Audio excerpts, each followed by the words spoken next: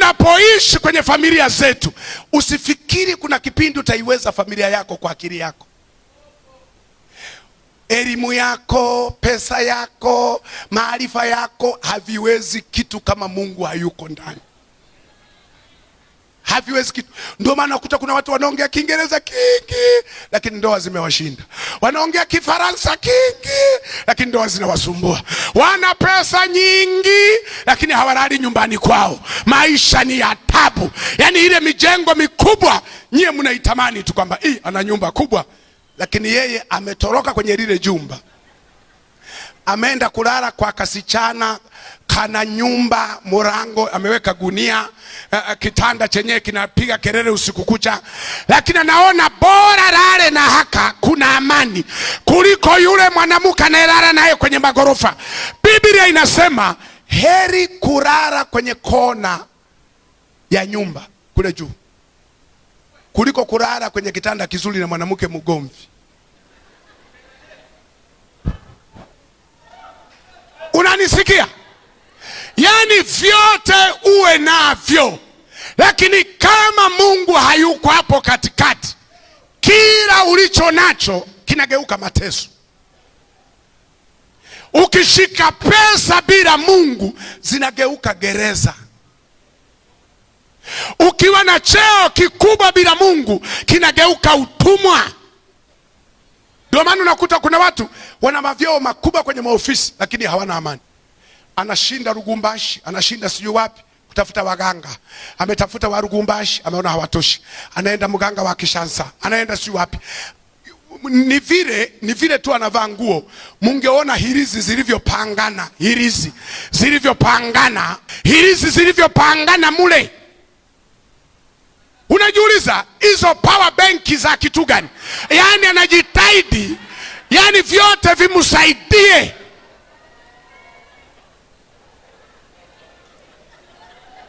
Ndio power bank anayo, nyingine kwenye kwapa, nyingine hapa, nyingine wapi, zote. Maana yake umeme ukikatika atumie huu. Hana amani. Hivi mna habari kuna matajiri wengi wanalala kwenye mapipa ya maji?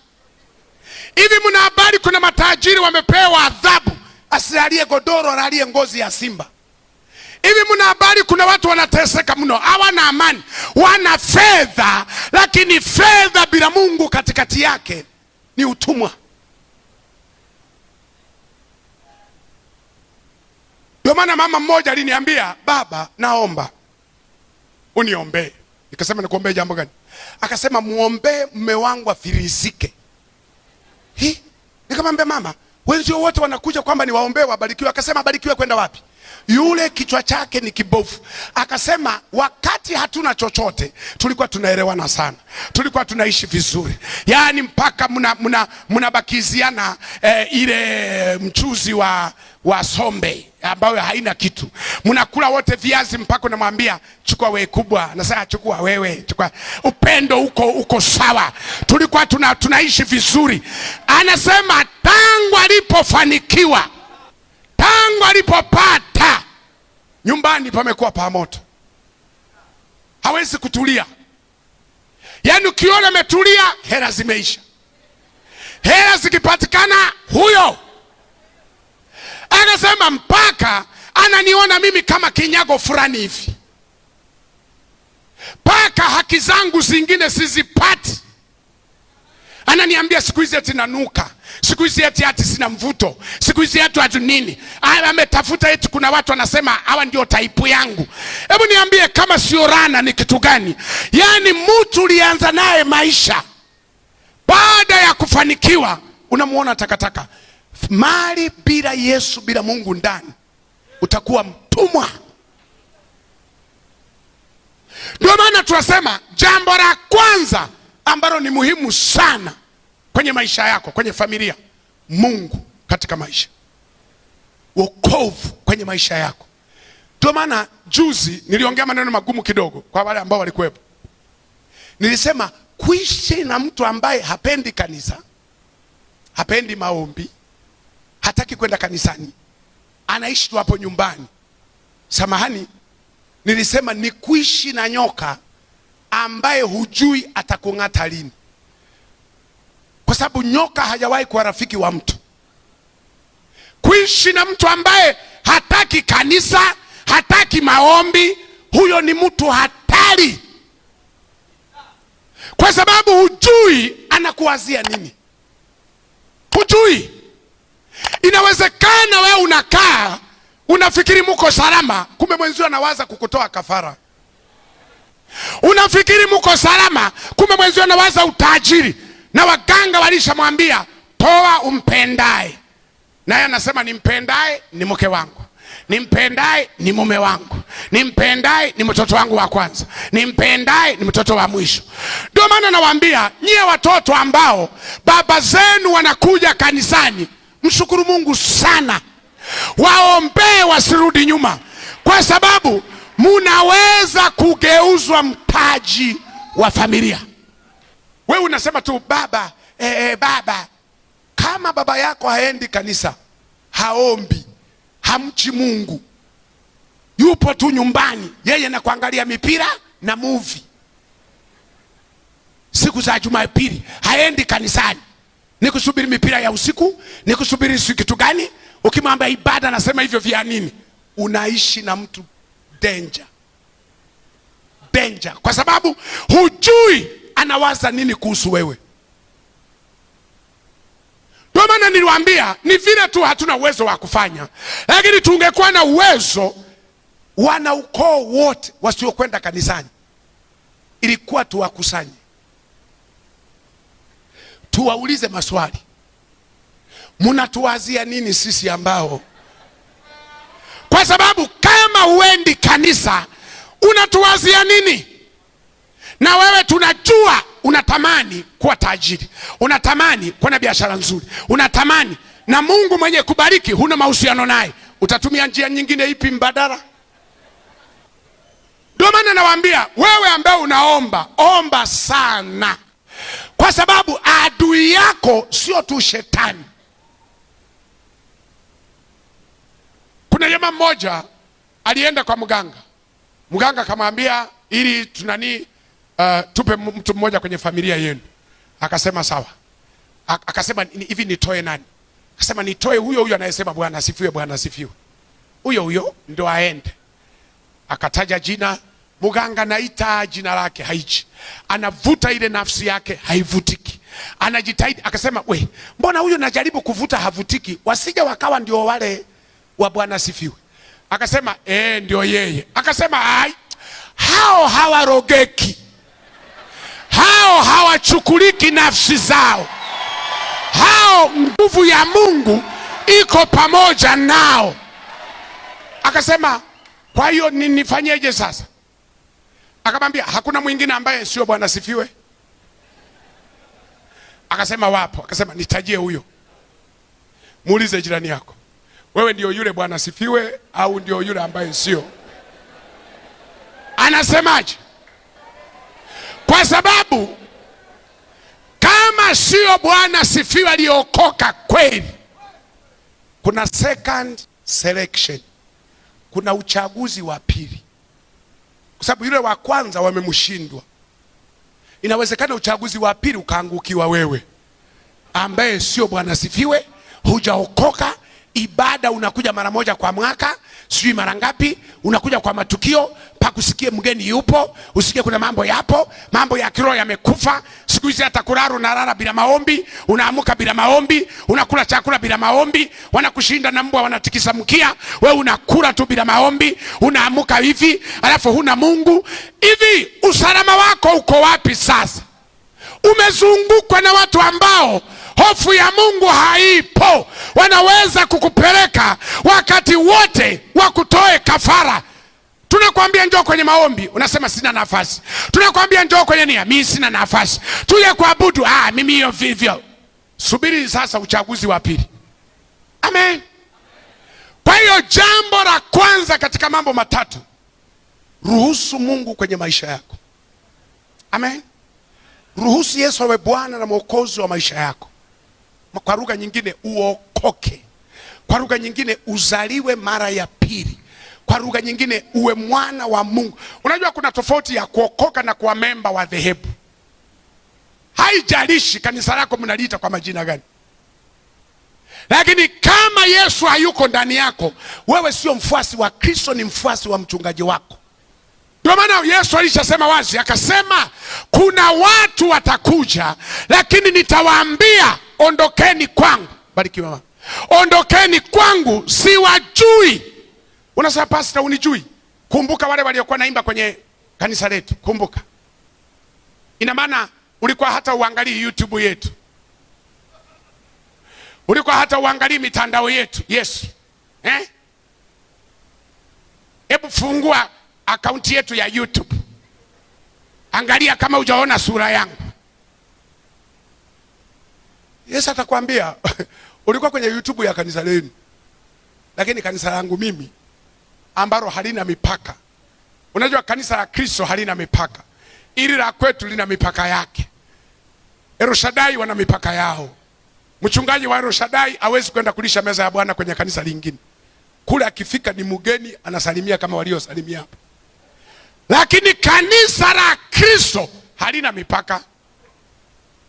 Amen. Unanisikia?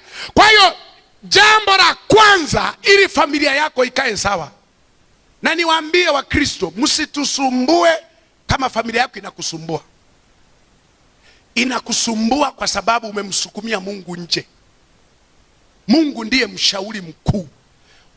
Kwenye Christmas tulikuwa na ile mistari, amezaliwa, tumepewa mtoto wa kiume, jina lake ataitwa sijui mshauri wa ajabu, sijui nani. Huyo mshauri wa ajabu akikosekana kwenye hiyo familia, hata tukikesha na wewe kutoka asubuhi mpaka wapi, usifikiri ndoa yako itakaa sawa, usifikiri familia yako itakaa sawa. Bado mtalimana, mtaumizana, kwa sababu yule mtuliza bahari hayupo. Usifikiri Yesu alipotuliza mawimbi ndoa hayakuja tena. Walipovuka ng'ambo yaliendelea.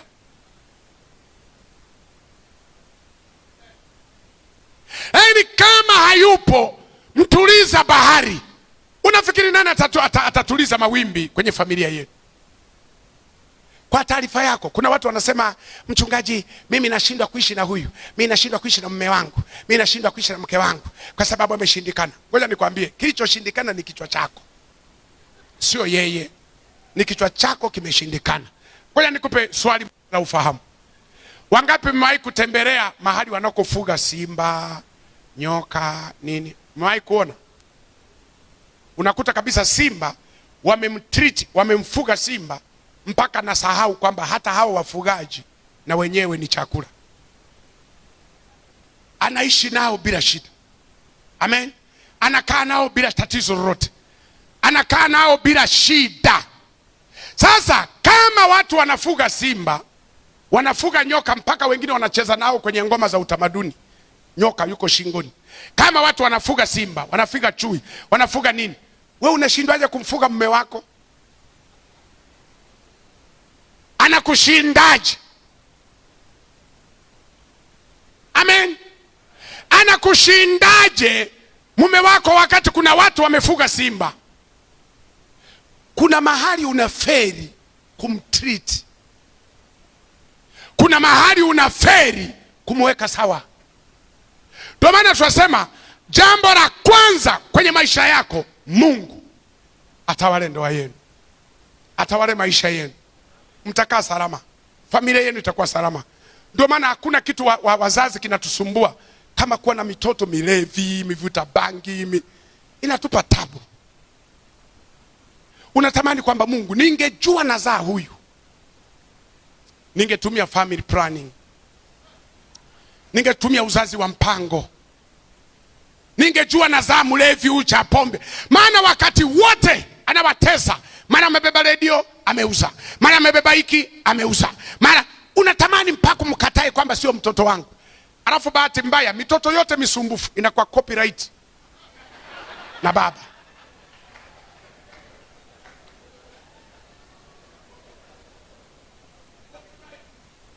Yote inafanana na baba. ili usitumie nafasi ya kuikataa.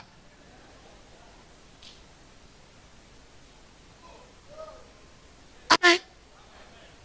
Lakini turudi, Biblia inasema mimi na nyumba yangu. Maana yake mpaka watoto wetu wameharibika. Wakati mwingine na sisi wazazi tunachangia. Hebu niambie, baba wanakuuliza unaenda ibada, unasema siendi. Mtoto naye para anaitikia, anasema hata mimi nabaki na baba. Halafu litoto hili linakuja na kuwa na tabia mbaya, alishangaa. Ndio maana jambo la pili katika yale ambayo mambo ni ya muhimu sana, ukisoma Waebrania 10 mstari ule wa 25, Waebrania 10 mstari wa 20 ngapi? Anasema tusiache kukusanyika kama ilivyo desturi ya watu wengine. Kwa nini anasema tusiache kukutanika? Maana yake tusiache ibada. Lakini kuna watu wavivu wa ibada, hawataki kwenda kanisa, hawataki. Alafu nategemea familia yako iwe na amani, watoto wako watulie, watoto wako wawe na adabu, watoto wako wawe na heshima. Wataitoa wapi? Unajua, unapowaleta watoto kanisani, wanakutana na injili kama hizi za kina Mgogo, zinawanyoosha. Unarudi nyumbani wamenyooka. Unajua kuna watoto wewe huwezi kuongea nao, washakuzoea. Huwezi kuongea nao, huwezi kuwakemea, huwezi. Ukiniletea mimi na watwanga nyundo, wanakaa sawa. Wanarudi nyumbani wako sawa. Wanarudi nyumbani wanasema, hey, kumbe kama hatuendi kanisa ni nyoka kwenye familia. Kumbe kama hatuabudu ni nyoka kwenye familia. Kumbe kama nini ni watu hatari kwenye familia. Wewe huwezi kuambia watoto wako nyie ni nyoka. Mimi ndio nitakusemea kwa niaba kwamba mitoto isiyokwenda kanisa, umefuga nyoka ndani ya familia. Na hiyo mitoto itakusumbua. Ndio maana siku hizi wazazi wanatembea na funguo. Akiingia chumbani akichukua cha kuchukua, akirudi kwa sababu yuko na nyoka. Wakati wote anaweza kaingia akasachi, anaweza kaingia akachukua vitu. Yaani unakuta yani ni funguo mkononi, funguo mkononi. Unajiuliza, baba, funguo ya nini na uko nyumbani? Anasema haina shida, haina shida. Mama, naomba funguo. Baba, funguo nini? Nataka kuingia. Usiache. Hapana, sema. Hivi unategemea hiyo familia wako na furaha hapo kweli? Ndio maana duniani kila mtu analia na matatizo yake. Asiye na watoto analia Mungu ampe watoto. Aliye na watoto anamuuliza Mungu, kama ulijua watoto ndio hawa, kwa nini usingefunga tumbo langu kuliko kunipa mateso haya? Hii ndio dunia. Unajua wengine bado hamjapata watoto wasumbufu. Wengine bado mko na watoto tudogo, tuko darasa la ngapi? Unasema, we, watoto baraka, watoto. Subiri hiyo mitoto baraka ikue. Imalize shule ya msingi, imalize sekondari, alafu iferi, iwepo nyumbani. Ndio utakapobadilisha neno baraka, litakuja baraa.